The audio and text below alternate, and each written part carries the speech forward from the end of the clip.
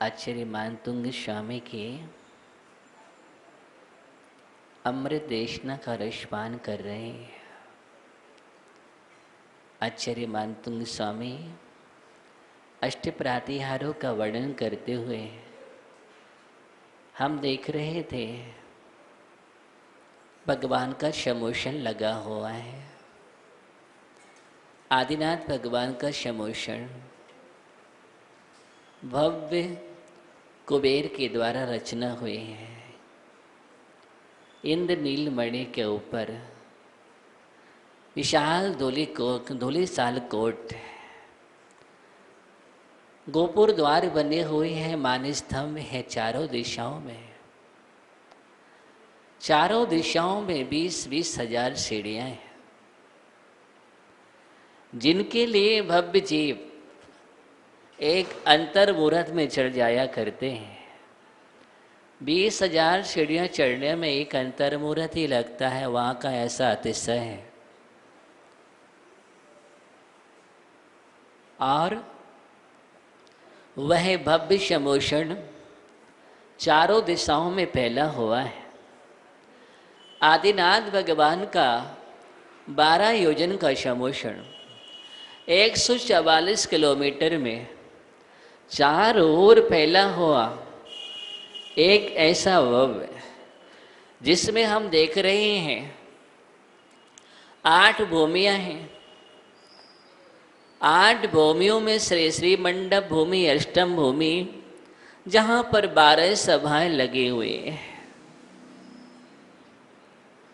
और उसके ठीक मध्य में 3 कटनी से युक्त ऊपर सिंहासन है, पीछे अशोक वृक्ष प्रातिहार है और पीछे भावमंडल भी है।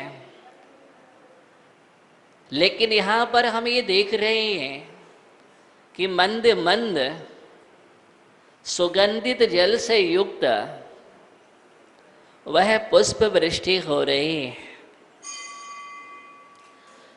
ऐसा वातावरण है और वह सुगंधित पुष्प वृष्टि ऐसे लग रही है जैसे कि भगवान के दिव्य वचन रूपी पंक्ति ही गिर रही हो। इतना सुंदर वर्णन आचार्य मानतुंग स्वामी पुष्प वृष्टि प्रातिहार का कर रहे हैं। मंदारी सुंदरी नमेरो सुपारिजात,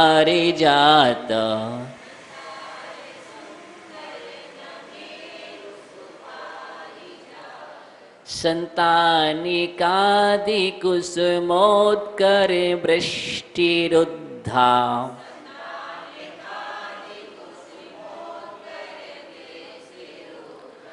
गंधोदिबिंदु शुभे मंदि मरुत्प्रपाता,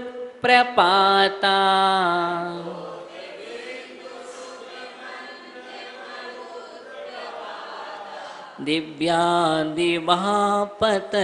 ते मयि शान्ततिर्वा।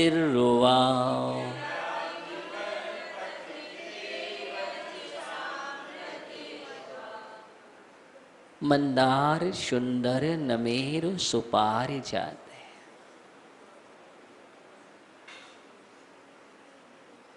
समोसरण में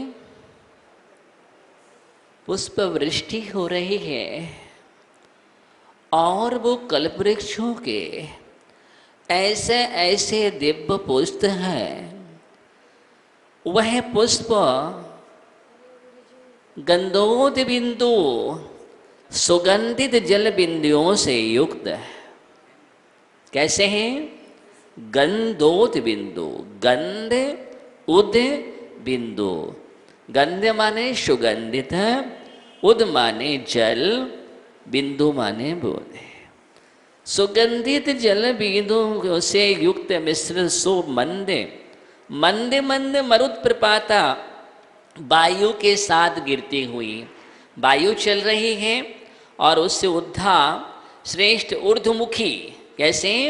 ऊर्ध्वमुखी दिव्या दिव्य मंदार जाति के सुंदर सुंदर जाति के, नमेरो नमेरो जाति के, सुपार जाति पारिजात जाति के, संतानकादि जाति के, कुसुमोत्कर वृष्टि कल वृक्षों के पुष्प के समूह की वर्षा, वृष्टि माने वर्षा, ते आपके वैशाम वचनों की पंक्ति के समान, अथवा वैशाम पक्षियों की पंक्ति की कतार के समान, ततिर्वास पंक्ति के समान, दिवहा माने आकाश से, पतति माने पड़ती है, गिरती है। धन्य है आपके चरणों में वो पुष्प वृष्टि अहोभाव को प्राप्त हो रहे हैं, अहोभाग्य को प्राप्त हो रहे हैं, क्योंकि आपके चरणों में जो आ गया उतर गया। अभी तक आपके चरणों का आश्रय नहीं लिया, जिनने भी आपके चरणों का आश्रय पा लिया वो पावन हो गए।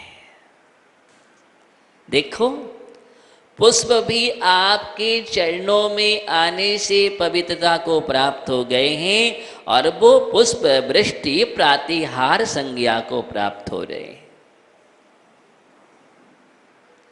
आपकी आभा का इतना प्रभाव है कि आपकी आभा में जो बैठ जाता है वह प्राणी पवित्र हो जाता है और उसका कल्याण सुनिश्चित है।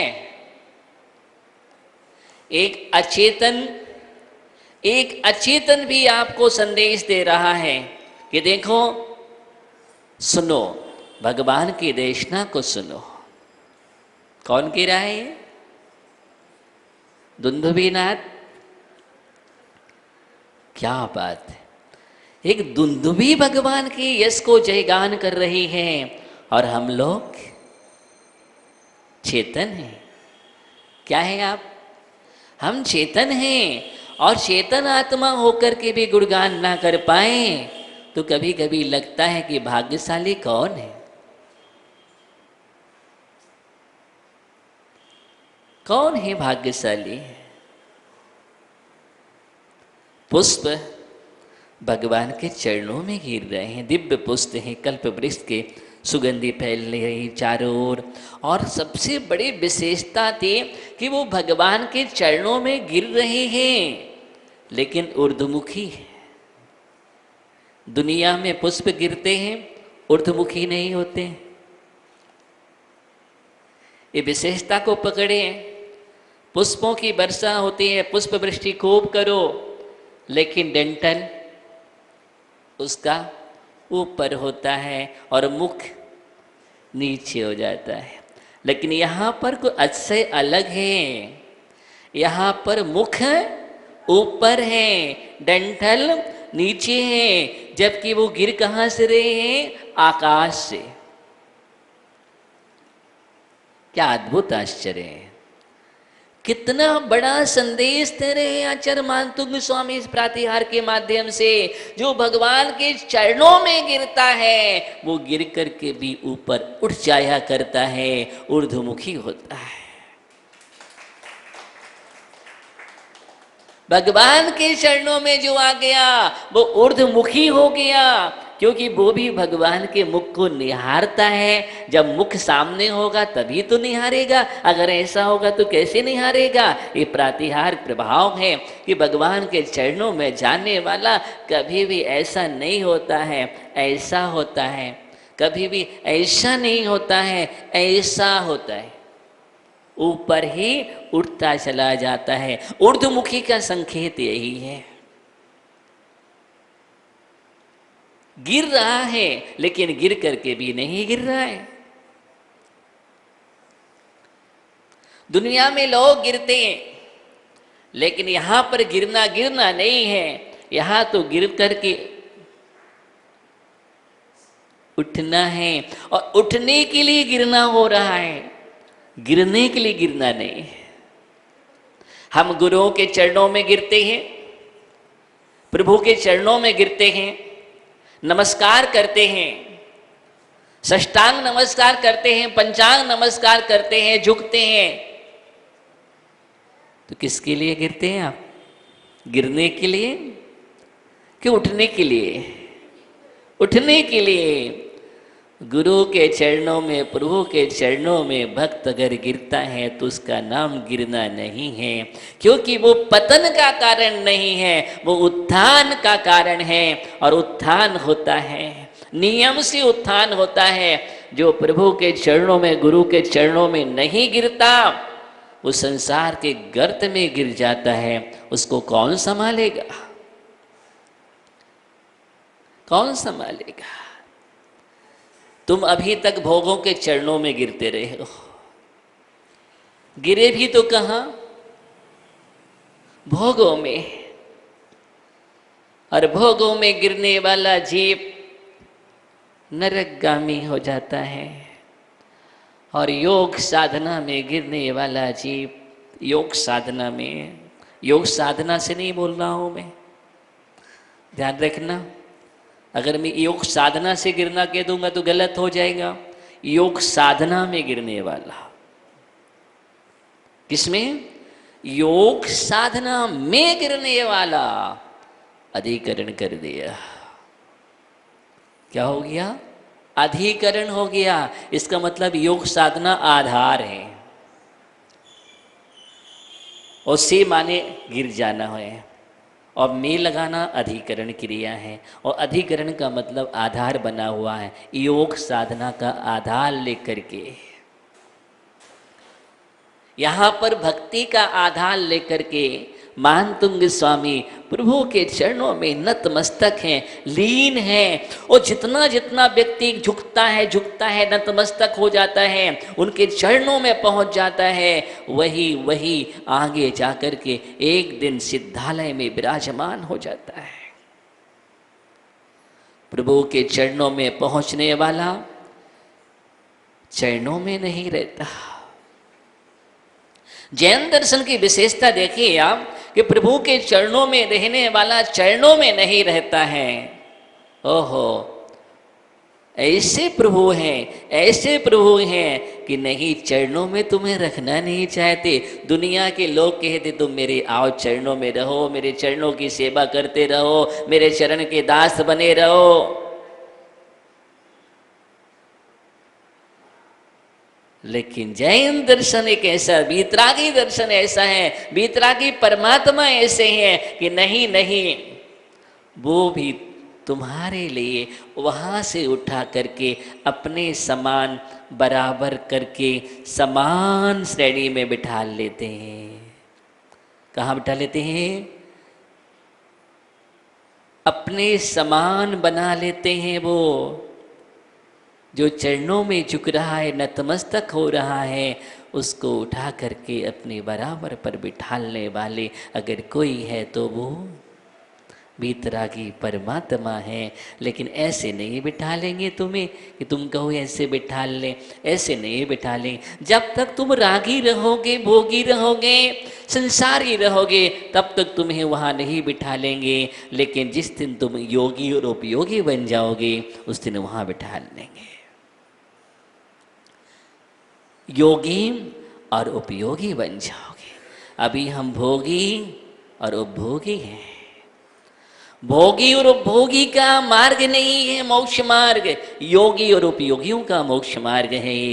ये उपयोगी बनने के लिए योगी बनना पड़ता है। और योगी का मतलब योग है, और योग का मतलब साधना है, और साधना का मतलब अपने आप को साधना है, और साधना का मतलब एकाग्रता है, और एकाग्रता मतलब लीनता है। लीनता तल्लीनता हो जाती है जब भक्त भगवान के चरणों में नतमस्तक होकर के जब लीन हो जाता है, सल्लीन हो जाता है, तो उसके जीवन में जो महान उपलब्धियां होती हैं, महान लाभ होते हैं, ध्यान रखना वो लाभ दुनिया में कहीं भी नहीं हो सकता, अन्यत्र है ही नहीं।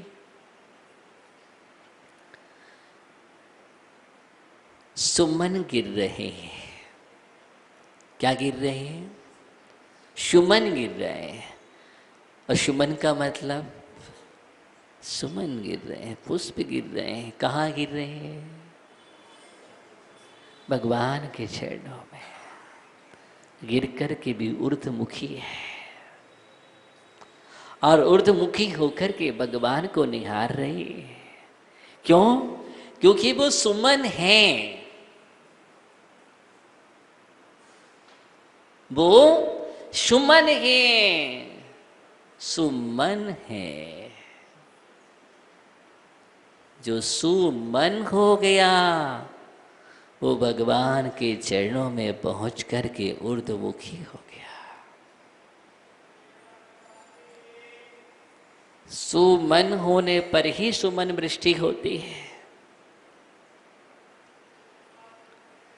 सुमन होने पर ही सुमन वृष्टि होती है।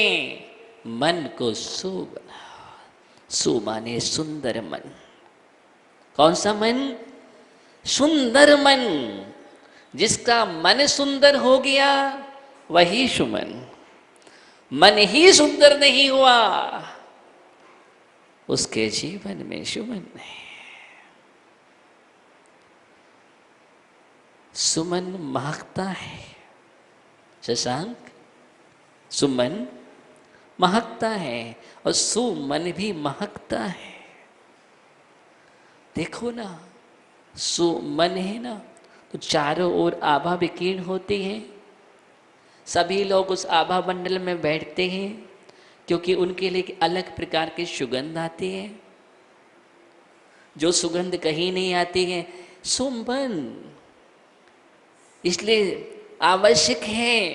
मानतुंग स्वामी सुमन, मानतुंग स्वामी सुमन। उनका मन सुंदर था और मन सुंदर था इसीलिए स्तोत्र की रचना हो गई। मन सुंदर था, बेड़ियां टूट गए। मन सुंदर था, वितराग आदिनाथ भगवान के गुणगान में डूबे। सुमन ही सुंदर भक्ति कर सकता है।